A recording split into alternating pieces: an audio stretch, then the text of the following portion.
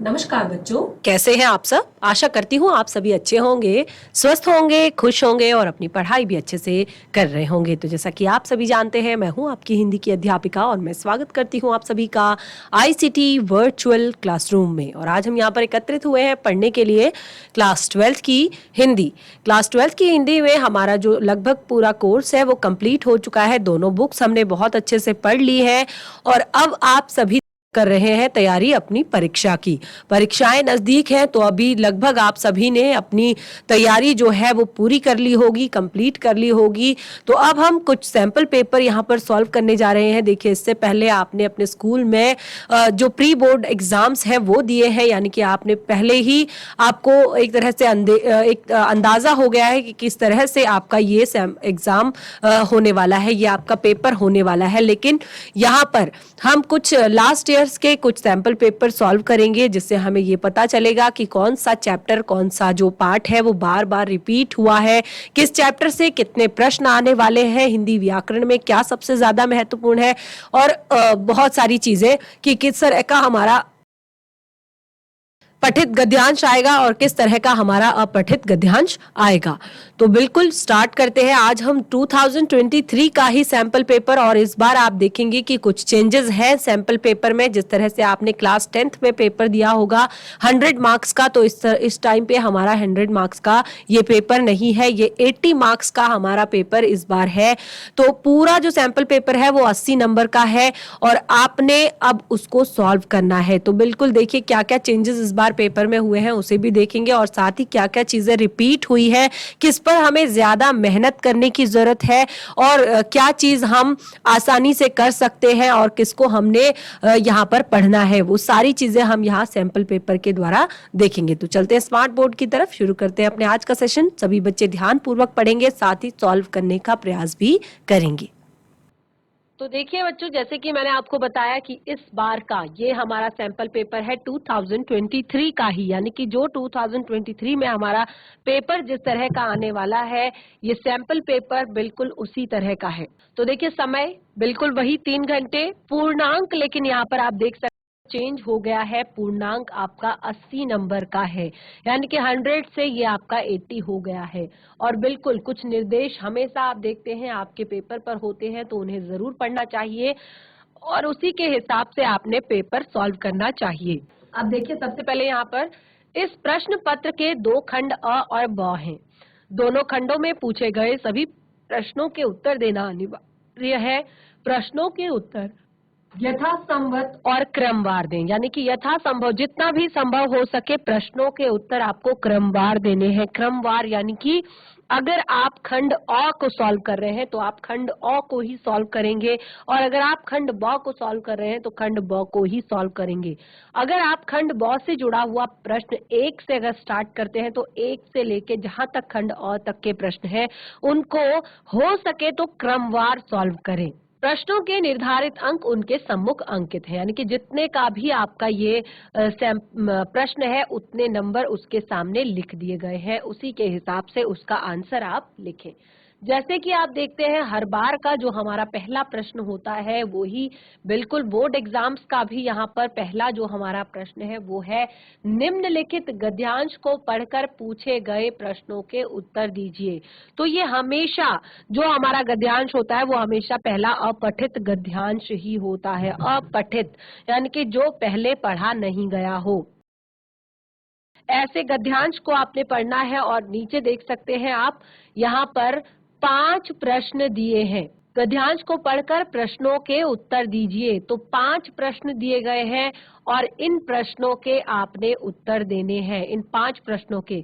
और आप देख सकते हैं यहाँ पर जो पांचों प्रश्न है वो 2-2 नंबर के हैं, यानी कि ये टोटल पूरा गद्यांश जो है आपका 10 नंबर का है। तो अब सबसे पहले देखिए, जब भी अगर मैं अंग्रेजी की बात करूं, अगर देखिए यहाँ पर तो आपको पहले गद्यांश को पढ़ना है, उसके बाद आपने प्रश्नों के उत्तर देने हैं। अगर आप इंग्लिश में ये एक तरह से अनसीन पैसेज आप अगर सॉल्व कर रहे हैं तो उसमें आपको पहले प्रश्न पढ़ने होते हैं। प्रश्नों को आप पढ़ लीजिए, अच्छे से समझ लीजिए प्रश्नों को कि क्या पूछने की कोशिश की गई है, और उसके बाद आप ऊपर जाकर उसके आंसर ढूंढ सकते हैं।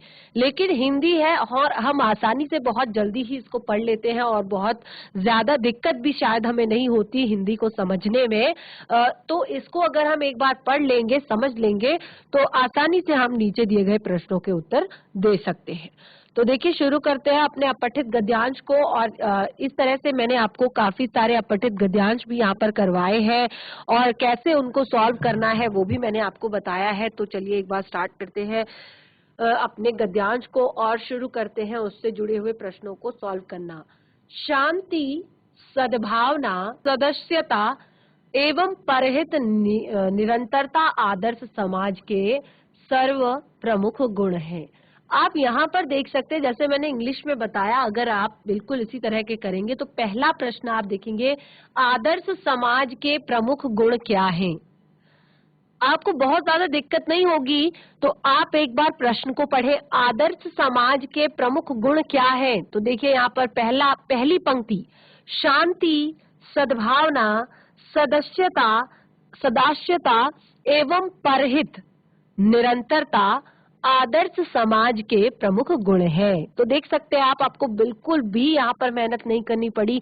आप देखेंगे आसानी से आपने पहले प्रश्न का उत्तर पूरे 2 नंबर में यहाँ पर दे दिया है।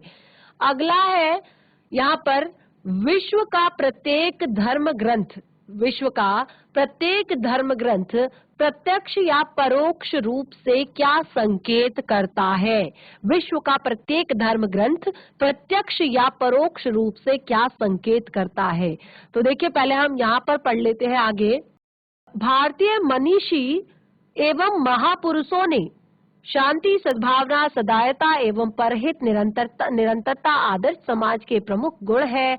भारतीय मनीषियों ने, महापुरुषों ने इन मानव सुलभ विशेषताओं पर सदैव विचार व्यक्त किए हैं।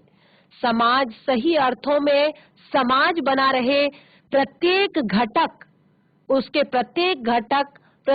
व्यक्ति को हितभाषी, मितभाषी और ऋतभाषी बने रहने के लिए निर्दिष्ट किया गया है और विश्व का प्रत्येक धर्म ग्रंथ प्रत्यक्ष या अप्रत्यक्ष रूप से इस ओर संकेत करता है। तो देखिए यहाँ पर किस ओर संकेत करता है, विश्व का प्रत्यक्ष और अप्रत्यक्ष धर्म ग्रंथ। तो देखिए, विश्व का प्रत्यक्ष और अप्रत्यक्ष धर्म ग्रंथ यही एक तरह से संकेत करता है कि समाज सही अर्थों में समाज बना रहे। इसके लिए प्रत्येक उसका जो घटक है, प्रत्येक व्यक्ति है, उसको हितभाषी होना चाहिए, मितभाषी होना चाहिए, ऋतभाषी होना चाहिए और उसको इस तरह का बना रहना चाहिए। और देखिए, यही विश्व का प्रत्येक धर्म ग्रंथ इसी ओर संकेत करता है। सही बोलने, कम बोलने और भली बात से प्रत्येक व्यक्ति, सही बोलने, कम बोलने और भली बात करने से प्रत्येक व्यक्ति को उसका आदर्श रूप प्राप्त हो जाता है।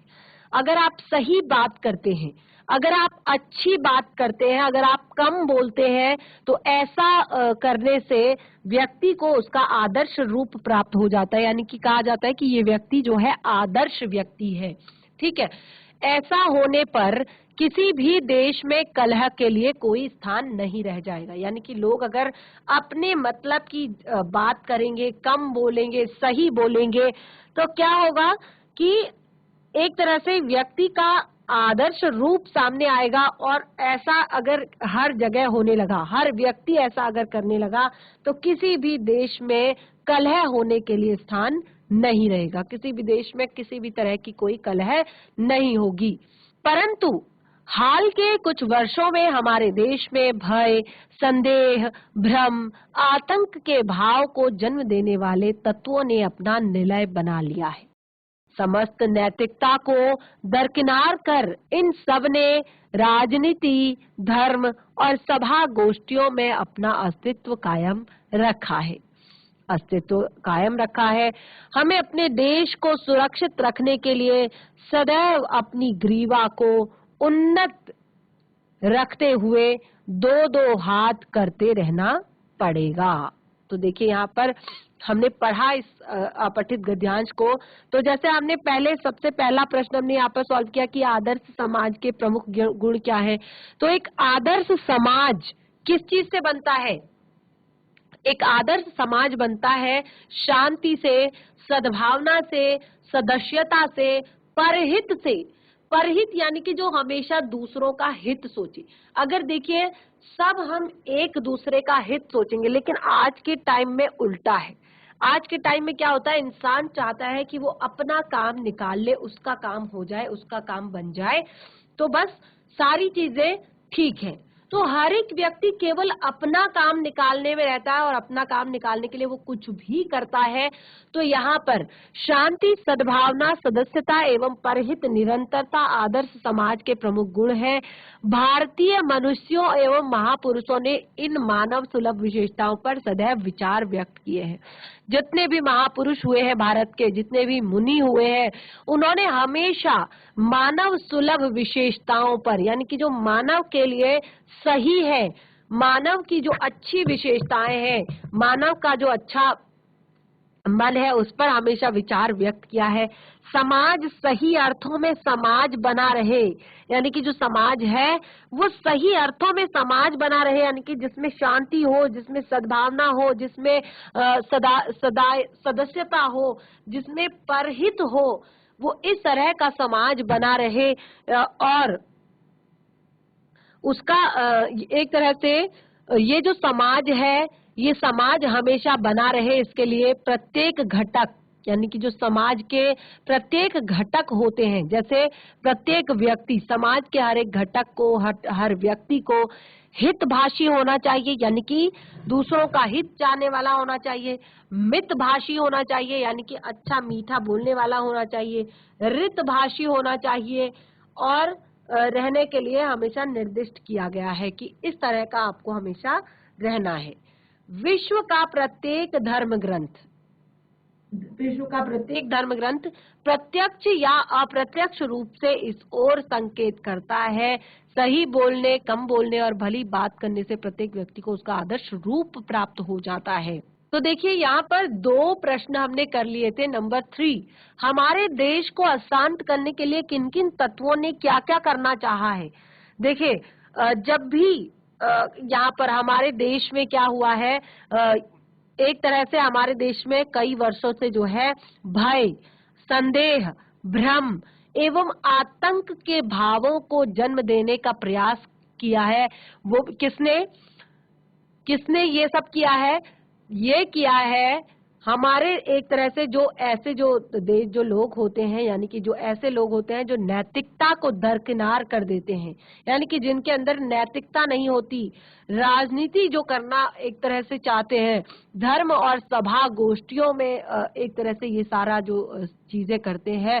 तो हमारे देश को अशांत करने के लिए किन किन तत्वों ने, जो प्रत्येक जो ऐसे लोग हैं उन्होंने हमारे देश को अशांत करने के लिए बहुत सारी चीजें यहाँ पर करनी चाहिए है। अगले देखिए, हमें अपने देश को सुरक्षित रखने के लिए क्या करना चाहिए।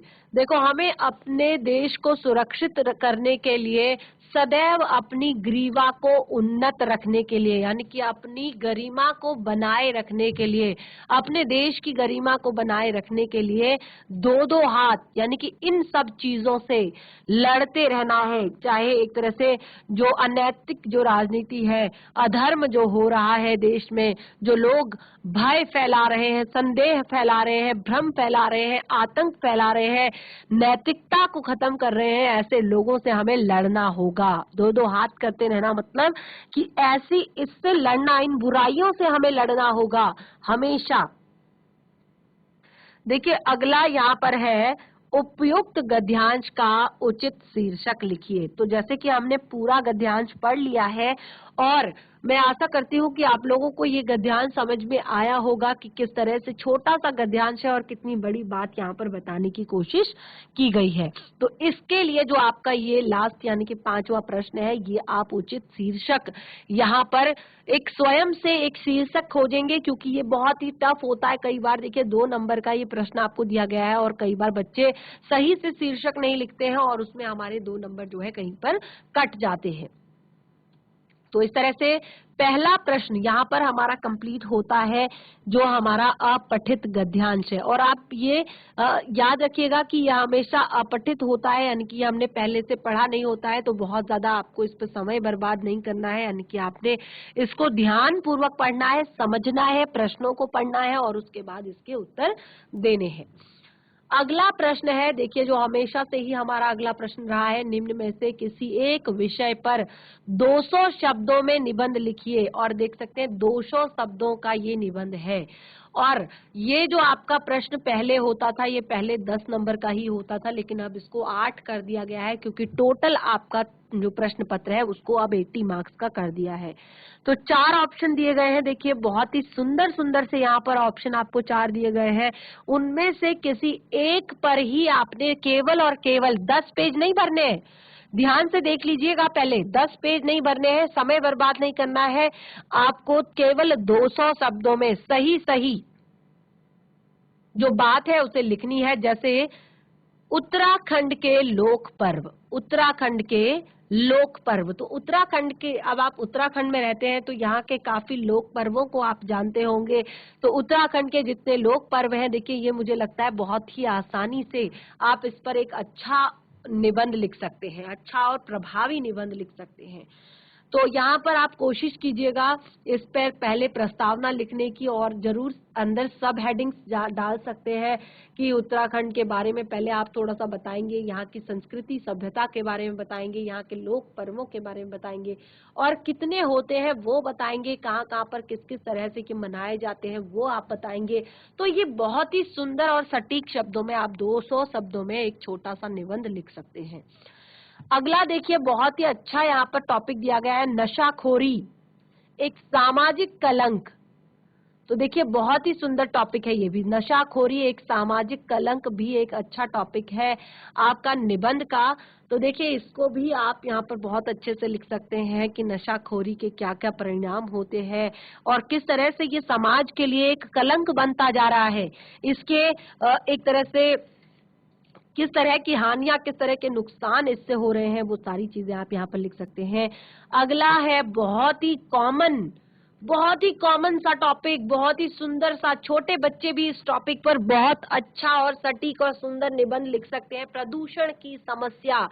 मुझे लगता है प्रदूषण की समस्या क्लास 6 से आप पढ़ते आ रहे हैं, काफी अच्छे से बहुत अच्छा निबंध इस पर लिख सकते हैं। प्रदूषण, पहले प्रस्तावना लिखेंगे, फिर उसके बाद प्रदूषण के प्रकार आप लिख सकते हैं, और प्रदूषण से होने वाली, अलग अलग प्रदूषणों से होने वाली हानियां लिख सकते हैं, और एक तरह से एक जनरल टॉपिक लास्ट में जब आप उपसंहार करेंगे तो उसमें प्रदूषण की समस्या किस तरह से हो रही है, क्या क्या उससे बीमारियां हो रही हैं, क्या क्या दिक्कतें हो रही है, और किस तरह से प्रदूषण के कारण ग्लोबल वार्मिंग, ये इस तरह की टॉपिक्स आप डालकर, इस तरह की बातें आप डालकर टॉपिक को बहुत ज्यादा इंटरेस्टिंग बना सकते हैं, काफी इफेक्टिव बना सकते हैं।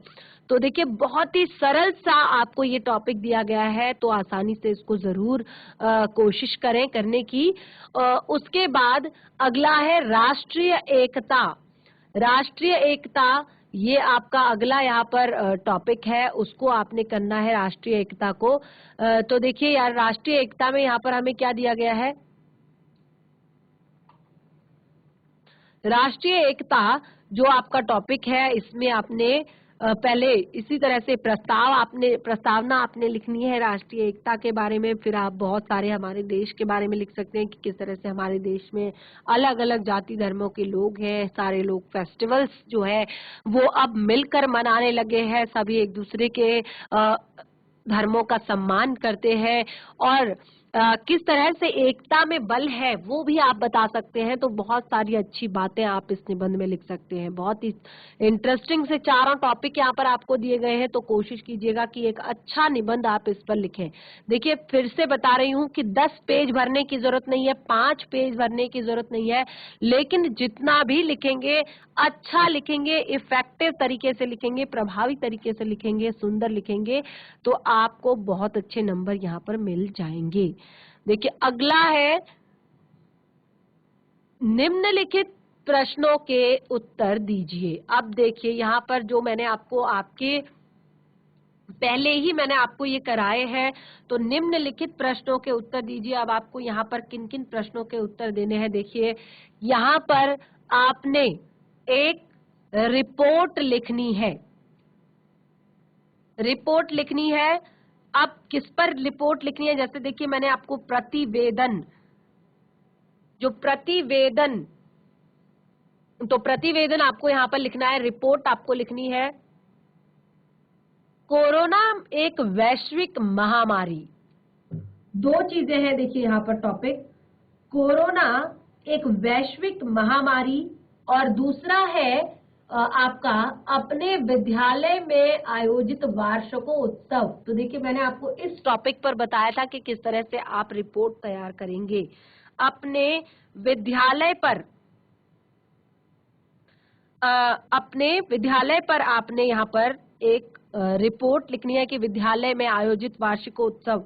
तो सबसे पहले मैंने यहाँ पर आपको रिपोर्ट राइटिंग यानी कि प्रतिवेदन लेखन क्या होता है ये मैंने आपको बताया था कि प्रतिवेदन लेखन किसे कहते हैं। पूरा प्रतिवेदन लेखन के एक तरह से कैसे एक अच्छा सा प्रतिवेदन आप लिख सकते हैं और प्रतिवेदन कैसे लिखा जाता है, प्रतिवेदन लिखने के लिए क्या क्या चीजें आपको यहाँ पर बातों का, किन किन बातों का आपने ध्यान रखना होता है, वो सारी बातें मैंने आपको बताई हुई हैं, सभी चीजें मैंने यहाँ पर आपको बताई हुई है। तो प्रतिवेदन वैसे होता क्या है, पहले के टाइम में आपको एक नंबर में ये प्रश्न आता था कि प्रतिवेदन होता क्या है। तो देखिए प्रतिवेदन का अर्थ होता है किसी विषय पर संपूर्ण जानकारी, यानी कि अगर कहीं पर कोई घटना है, कोई कार्यक्रम हो रहा है, कोई खेलकूद से संबंधित कार्यक्रम है या किसी भी बात का, कोई सभा है, कोई गोष्ठी है, कोई समारोह है, तो उसकी संपूर्ण जानकारी इकट्ठी करके एक रिपोर्ट तैयार करना ही प्रतिवेदन कहलाता है। तो देखिए यहाँ पर आपको प्रतिवेदन लिखना है वैश्विक महामारी कोरोना पर या फिर अपने विश्व में आयोजित वार्षिकोत्सव पर। तो देखिए प्रतिवेदन यानी कि रिपोर्ट। अब अगर आप कोरोना पर रिपोर्ट लिखते हैं तो सबसे पहले आप बताएंगे कि कोरोना, जिसको हम कोविड-19 भी कहते हैं, तो आप यहाँ पर लिखेंगे कि कोविड-19 इसको क्यों कहा गया है, ठीक है। और उसके बाद आप बताएंगे कि किस तरह से इसका प्रसार जो है शुरू हुआ। उसके बाद आप बताएंगे कि किस तरह से इसने लोग जैसे इसका इफेक्ट क्या हुआ, किस तरह से लोगों को प्रभावित किया इसने। उसके बाद किस तरह से देखेंगे कैसे इसने अपने भयानक रूप लिया। फिर बताएंगे किस तरह से इसके जो लेवल्स हैं वो चेंज हुए, काफी इसने म्यूट किया अपने आप को। तो ये सारी चीजें लिखेंगे। फिर उसके बाद जो सेकंड वेव आई वो कैसी आई और उसमें कितनी भयानक त्रासदी हुई, वो सारी बातें। और कितने, और देखिए क्योंकि ये एक कथा के रूप में नहीं लिखना है, एक रिपोर्ट के रूप में लिखना है, तो आप प्रॉपर बकायदा जो आंकड़े हैं कि कितने लोगों की मौत उस टाइम पे हुई, कितने बच्चे जो है अनाथ हुए या कितनी सारी सारी बातें एक आंकड़े आप इस तरह से लिखेंगे जैसे मानो आपने वहां पर रिपोर्टिंग की हो और आपने वो सारे आंकड़े इकट्ठे किए हों। तो बिल्कुल ये कोरोना से संबंधित और बिल्कुल उसी के जस्ट अपोजिट की अपने विद्यालय में आयोजित वार्षिकोत्सव। तो हर वर्ष हमारे विद्यालय में इतनी इतनी डेट को वार्षिकोत्सव मनाया जाता है इस मंथ में। और फिर वार्षिकोत्सव में क्या क्या प्रोग्राम हुए और कौन कौन वहां पर मुख्य अतिथि थे और क्या क्या उनको प्राइज डिस्ट्रीब्यूट किए गए, क्या क्या उसमें क्या किन किन लोगों ने किस किस तरह का परफॉर्मेंस किया और टीचर्स की क्या भूमिका रही, पहले से कैसे ये सारी योजनाएं बनाई गई थी, तो वो सारी बातें आप इसमें लिखेंगे। मुझे लगता है दोनों ही टॉपिक प्रतिवेदन, और देख सकते हैं केवल 150 शब्दों में लिखना है, एक रिपोर्ट तैयार करनी है 150 शब्दों में और 5 नंबर का है। मुझे लगता है बहुत ज्यादा टफ आपके लिए नहीं है, आसानी से कर सकते हैं। इसी में देखिए दूसरा देख सकते हैं, इसी में आलेख लिखना है। सूचना का अधिकार 2005 अथवा मोबाइल एक मुसीबत, बहुत ही प्यारा सा टॉपिक, बहुत ही अच्छा सा टॉपिक, सूचना का अधिकार 2005। अब सूचना का अधिकार 2005 में क्या क्या बातें हुई, क्या क्या एक तरह से चीजें हुई, वो सारी चीजें आपने यहाँ पर लिखनी है बकायदा आंकड़ों के साथ। और दूसरा है आपका मोबाइल एक मुसीबत अनेक। बहुत ही सुंदर आलेख यहाँ पर आपने लिखना है। किस पर? मोबाइल एक मुसीबत अनेक। तो अब देखिए आलेख लेखन, आलेख में भी आपने यही कहना है कि आलेख लेखन क्या होता है। देखिए आलेख जो है वो गद्य की एक विधा है जो किसी विषय पर सर्वांगपूर्ण और सम्यक विचार प्रस्तुत करती है। ठीक है, तो अब आपको यहाँ पर सूचना का अधिकार 2005 और मोबाइल एक मुसीबत पर अपने विचार प्रकट करने हैं, अपने विचार लिखने हैं। तो देखिए ये भी हमारा यहाँ पर कंप्लीट होता है, यानी कि एक तरह से व्यवहारिक व्याकरण से जुड़ा हुआ ये जो पार्ट है वो हमारा यहाँ पर कंप्लीट हुआ। और उससे पहले हमने जो है एक अपठित गद्यांश जो है पढ़ लिया है। तो अब हम यहाँ पर अपना जो लिटरेचर से संबंधित पार्ट है उसको पढ़ने जा रहे हैं। तो इसमें हम सबसे पहले यहाँ पर जो अपनी बुक्स हैं उनमें से जुड़े हुए पढ़ेंगे। तो सबसे पहले जिस तरह से आपने एक अपठित गद्यांश पढ़ा था, तो बिल्कुल उसी तरह से आप यहाँ पर एक पठित गद्यांश पढ़ेंगे। और पठित गद्यांश यानी कि ये जो पहला आपका प्रश्न है ये आपके काव्य खंड से जुड़ा हुआ है। तो काव्य खंड में आपको यहाँ पर सबसे पहले आपको कविता की कुछ पंक्तियां हैं और उसको आपने पढ़ना है। तो सबसे पहले कविता की पंक्तियों को पढ़ेंगे, काव्य खंड से जुड़ा हुआ है। तो कविता की पंक्तियां हैं और दो यहाँ पर आपको पठित गद्यांश दिए गए हैं, काव्यांश दिए गए हैं। किसी एक पर, यहाँ पर आपको किसी एक पर पूछे गए प्रश्नों के उत्तर लिखने हैं। यहाँ पर किसी एक पर दिए गए प्रश्नों के उत्तर लिखने हैं। और आप देखेंगे ये चीज आप जरूर नोटिस कीजिएगा कि ये जो आपका पंक्तियां हैं, ये जो कुछ आपकी पंक्तियां हैं, ये पंक्तियां आपके पिछले लास्ट कुछ ईयर्स के जो आपके सैंपल पेपर है उनमें आप देख सकते हैं, लगातार देख सकते हैं कि उनमें ये रिपीट हो रहे हैं। तो स्टार्ट करते हैं। मैं निज उर के उद्गार लिए फिरता हूँ, मैं निज उर के उपहार लिए फिरता हूँ, यह अपूर्ण संसार न मुझको भाता, यह अपूर्ण संसार न मुझको भाता, मैं जला हृदय में अग्नि दहा करता हूँ, सुख दुख दोनों में मग्न रहा करता हूँ, जग भव सागर तरने को नाव बनाए। बहुत ही सुंदर पंक्तियां केवल 5 नंबर में यहाँ पर है। और अब आपने यहाँ पर इन 3 प्रश्नों के उत्तर देने हैं। कवि के हृदय में इस जग के लिए कैसे उपहार है? तो क्या कहा है? मैं निज उर के उद्गार लिए फिरता हूँ, मैं निज उर के उपहार लिए फिरता हूँ। तो कवि इस जग के लिए कौन से उपहार लेकर एक तरह से लिए हुए हैं? तो जैसे ये आपका सबसे पहले आपको अगर याद यहाँ पर करना है तो आप अपनी लास्ट अपना प्रश्न देख सकते हैं, वो है कवि और कविता का नाम। आप देख सकते हैं यहाँ पर है कवि और कविता का नाम। तो कवि और कविता का नाम आपने याद रखना है, क्योंकि आपका लगभग हर जितने भी आपके काव्यांश आएंगे उनमें सब में आपका ये जरूर होगा कि कवि और कविता का नाम। तो जितने चैप्टर है जहाँ पर पठित गद्यांश आता है, गद्य खंड से जुड़े हुए में आपके जितने चैप्टर हैं उन पाठों के नाम और उनके लेखकों के नाम, और काव्य खंड में जितनी भी कविताएं हैं उन कविताओं के नाम और साथ ही उनके कवियों के नाम आपने याद करने हैं। तो जो ये पंक्तियां हैं, ये पंक्तियां हैं हमारी आत्म परिचय। किससे ली गई है? आत्म परिचय से ली गई है। और इसके जो कवि है वो है हरिवंश राय बच्चन जी। इसके कवि कौन है? हरिवंश राय बच्चन जी। तो देखिए लास्ट प्रश्न का एक सरल सा उत्तर हमने यहाँ पर दे दिया। केवल 1 नंबर का ये प्रश्न है और इसके जो ऊपर दिए गए प्रश्न है ये 2-2 नंबर के हैं। तो पहले कवि के हृदय में इस जग के लिए कैसा उपहार है? तो कवि के हृदय में इस जग के लिए उर अर्थात हृदय, यानी कि वो अपने हृदय से प्रेम लुटाना चाहते हैं इस संसार के लिए। वो कहते हैं कि ये जो संसार है, मैं निज उर के उद्गार लिए फिरता हूँ, मैं निज उर के उपहार लिए फिरता हूँ, ये अपूर्ण संसार न मुझको भाता। अपूर्ण संसार यानी कि यहाँ पर कवि कह रहे हैं कि जहाँ लोगों की चाहते, लोगों की इच्छाएं, लोगों के मन कभी भी तृप्त नहीं होते हैं, कभी भी इच्छाएं आकांक्षाएं पूरी नहीं होती हैं, बल्कि बढ़ती ही जाती हैं, बढ़ती ही जाती हैं। तो ऐसे में वो कहते हैं, मैं निज उर के उपहार लिए फिरता हूँ, कि मैं अपने हृदय में बसा हुआ जो प्रेम है, मैं वो लेकर संसार के पास जाता हूँ। और कवि ने इस संसार को अपूर्ण क्यों कहा है? देखिए, केवल इतने छोटे छोटे से प्रश्न हैं और बहुत ही सरल है। कवि ने इस संसार को अपूर्ण क्यों कहा है?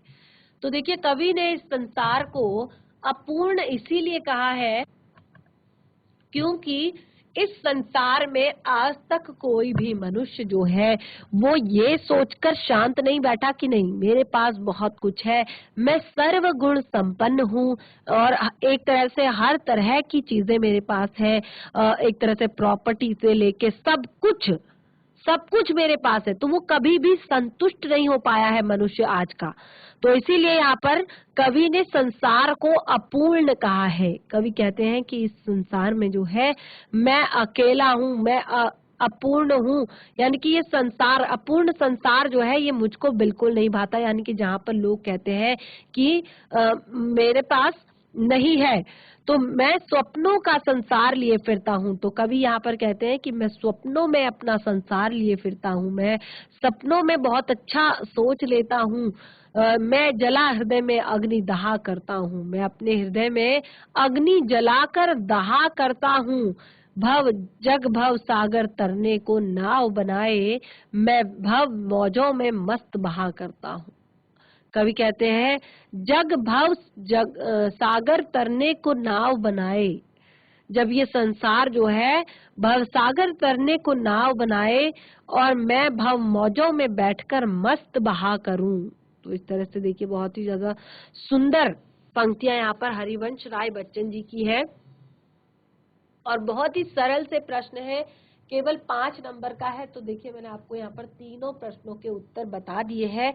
और उसके बाद अब जो हमारा देखिए अगला जो हमारा यहाँ पर पंक्ति है वो है, खेती न किसान को, भिखारी को न भीख, बलि बनिक बनिक को बीज न चाकर को चाकरी, जीविका विहीन लोग सिद्धमान सोच बस, कहे एक एकानन सो, कहाँ जाई का करी, वेदहु पुराण कही, बिलोकऊ बिलोकत, साकरे सबे पे राम राम रे कृपा करी, दरिद्र दसानन दवाई दुनी दीन बंधु, दुरति दहन देख तुलसी हा हा करी। तो देखिए, बहुत ही सुंदर पंक्तियां यहाँ पर तुलसीदास जी की है। तो देखिए, इसमें तुलसीदास जी ने उस समय की बात की है, बहुत ही पुराने समय की बात यहाँ पर की है, जिस समय पर किसान को खेती न किसान को, किसान के पास किसानी करने के लिए खेती नहीं थी, भिखारी को न भीख, भिखारी को भीख नहीं मिलती थी, बलि बनिज को बनिज न चाकर को चाकरी। जितने भी ये बनिक हैं, जितने भी बनिए हैं, इनके पास कोई भी व्यवसाय नहीं था, इनके सारे व्यवसाय खत्म हो चुके थे। न चाकर को चाकरी, क्योंकि जब व्यवसाय नहीं होगा तो चाकर कहाँ से होंगे, चाकर के पास चाकरी कहाँ से होगी, नौकरी कहाँ से होगी।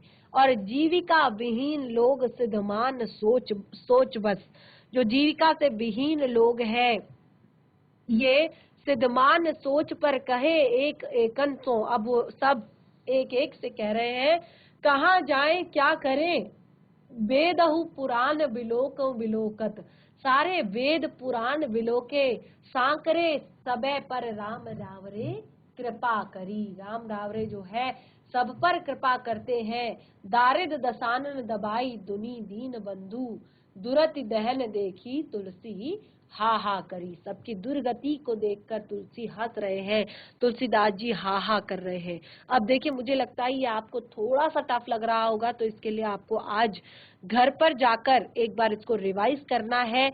ये इस कविता को घर पर एक बार पढ़ेंगे, समझेंगे, और उसके बाद नेक्स्ट सेशन में हम